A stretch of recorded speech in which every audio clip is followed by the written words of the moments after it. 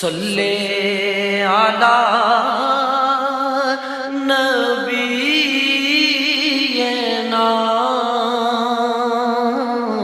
صلی علی محمد۔ بسم اللہ الرحمن الرحیم۔ تھوڑا سا حال قیامت کا اور اس کی نشانیوں کا۔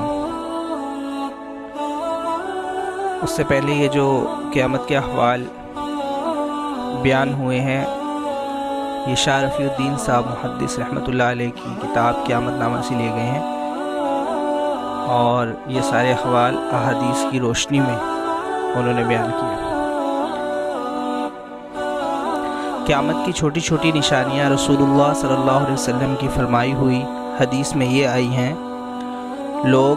خدائی مال کو اپنی ملک سمجھنے لگیں اور زکوٰۃ کو ڈان کی طرح بھاری سمجھیں، اور امانت کو اپنا مال سمجھیں، اور مرد بیوی کی تابعداری کرے اور ماں کی نافرمانی کرے، اور باپ کو غیر سمجھے اور دوست کو اپنا سمجھے، اور دین کا علم دنیا کمانے کو حاصل کریں، اور سرداری اور حکومت ایسوں کو ملے جو سب میں نکمے ہوں، یعنی بد ذات اور لالچی اور بد خلق، اور جو جس کام کے لائق نہ ہو وہ کام اس کے سپرد ہو، اور لوگ ظالموں کی تعظیم اور خاطر اس خوف سے کریں کہ یہ ہم کو تکلیف نہ پہنچاویں، اور شراب کھلم کھلا پی جانے لگے، اور ناچنے اور گانے والی عورتوں کا رواج ہو جائے، اور ڈھولک اور سارنگی، طبلہ اور ایسی چیزیں کثرت سے ہو جائیں، اور پچھلے لوگ امت کے پہلے بزرگوں کو برا بھلا کہنے لگیں۔ رسول اللہ صلی اللہ علیہ وسلم فرماتے ہیں کہ ایسے وقت میں ایسے ایسے عذابوں کے منتظر رہو کہ سرخ آندھی آئے، اور بعض لوگ زمین میں دھس جائیں، اور آسمان سے پتھر برسیں، اور صورتیں بدل جائیں، یعنی آدمی سے سور کتے ہو جائیں، اور بہت سی آفتیں آگے پیچھے جلدی جلدی اس طرح آنے لگیں جیسے بہت سے دانے کسی دھاگے میں پرو رکھے ہوں، اور وہ دھاگا ٹوٹ جائے اور سب دانے اوپر تلے جھٹ جھٹ گرنے لگیں۔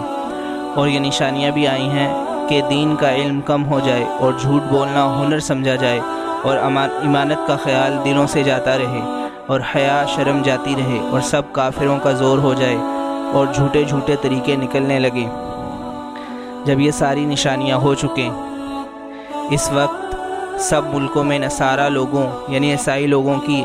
عملداری ہو جائے، اور اسی زمانے میں شام کے ملک میں ایک شخص ابو سفیان کی اولاد سے ایسا پیدا ہو کہ بہت سے سیدوں کا خون کرے،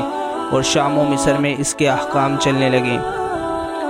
اسی عرصہ میں روم کے مسلمان بادشاہ کی نصارہ کی ایک جماعت سے لڑائی ہو،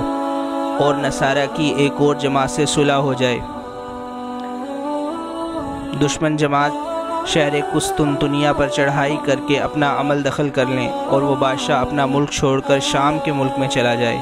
اور نصارہ کی جس جماعت سے صلح اور میل ہو اس جماعت کو اپنے ساتھ شامل کر کے اس دشمن جماعت سے بڑی بھاری لڑائی ہو، اور اسلام کے لشکر کو فتح ہو۔ ایک دن بیٹھے بٹھائے جو نصارہ موافق تھے ان میں سے ایک شخص ایک مسلمان کے سامنے کہنے لگے کہ ہماری صلیب کی برکت سے فتح ہوئی۔ مسلمان اس کے جواب میں کہیں کہ اسلام کی برکت سے فتح ہوئی۔ اسی میں بات بڑھ جائے، یہاں تک کہ دونوں آدمی اپنے اپنے مذہب والوں کو پکار کر جمع کر لیں، اور آپس میں لڑائی ہونے لگے۔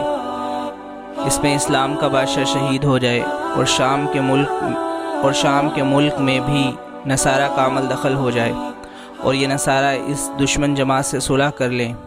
اور بچے کچے مسلمان مدینہ منورہ کو چلے جائیں، اور خیبر جو کہ مدینہ کے پاس ایک جگہ ہے، اور خیبر کے پاس تک نصارہ کی عملداری ہو جائے۔ اس وقت مسلمانوں کو فکر ہو جائے کہ حضرت امام مہدی علیہ السلام کو تلاش کرنا چاہیے تاکہ ان مصیبتوں سے جان چھوٹے۔ اس وقت حضرت امام مہدی علیہ السلام مدینہ منورہ میں ہوں گے، اور اس ڈر سے کہ کہیں حکومت کے لیے میرے سر نہ ہوں، مدینہ منورہ سے مکہ معظمہ کو چلے جائیں گے،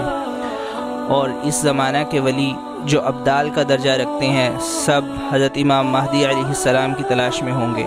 اور بعض لوگ جھوٹ موٹ میں بھی دعوی مہدی یعنی امام مہدی ہونے کا دعویٰ شروع کر دیں گے۔ غرض امام مہدی علیہ السلام خانہ کعبہ کا طواف کرتے ہوں گے اور حجر اسود اور مقام ابراہیم کے درمیان میں ہوں گے کہ بعض نیک لوگ ان کو پہچان لیں گے اور ان کو زبردستی گھیر گھار کر ان کو حاکم بنانے کی بیعت کر لیں گے، اور اسی بیعت میں ایک آواز آسمان سے آئے گی جس کو سب لوگ جتنے وہاں موجود ہوں گے سنیں گے۔ وہ یہ آواز ہوگی کہ یہ اللہ تعالیٰ کے خلیفہ یعنی حاکم بنائے ہوئے امام مہدی علیہ السلام ہیں، اور حضرت امام مہدی کے ظہور سے بڑی بڑی نشانیاں قیامت کی شروع ہو جاتی ہیں۔ غرض جب آپ کی بیعت کا قصہ مشہور ہوگا تو مدینہ منورہ میں جو فوجیں مسلمانوں کی ہوں گی وہ مکہ مکرمہ چلی آئیں گی، اور ملک شام اور عراق اور یمن کے ابدال اور اولیاء سب آپ کی خدمت میں حاضر ہوں گے۔